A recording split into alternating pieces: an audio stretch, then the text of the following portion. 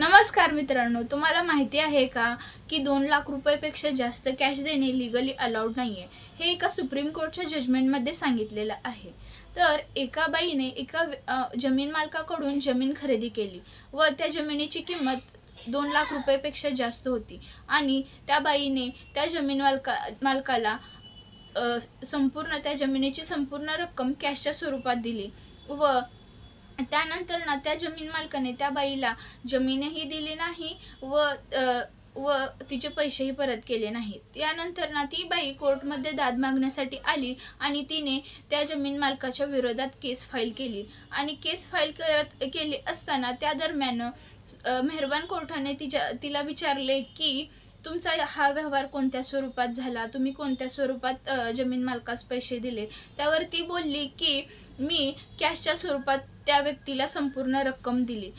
त्यावर मेहरबान कोर्ट असे बोलले की तुम्हाला माहीत आहे की 2 लाख रुपयापेक्षा जास्त कॅश देणे अलाउड नाही, असे असतानाही तुम्ही कॅशच्या स्वरूपात का व्यवहार केला. त्यावर ती बाई बोलली की मला माहीत नव्हतं, मला याबद्दल कल्पना नव्हती. यावर मेहरबान कोर्टाने अशी ऑर्डर केली की ignorance of law is not excuse आणि तुम्हाला माहीत नाही, तुम्हाला कल्पना नाही हे कारण असू शकत नाही व ते योग्यही मानले जात नाही.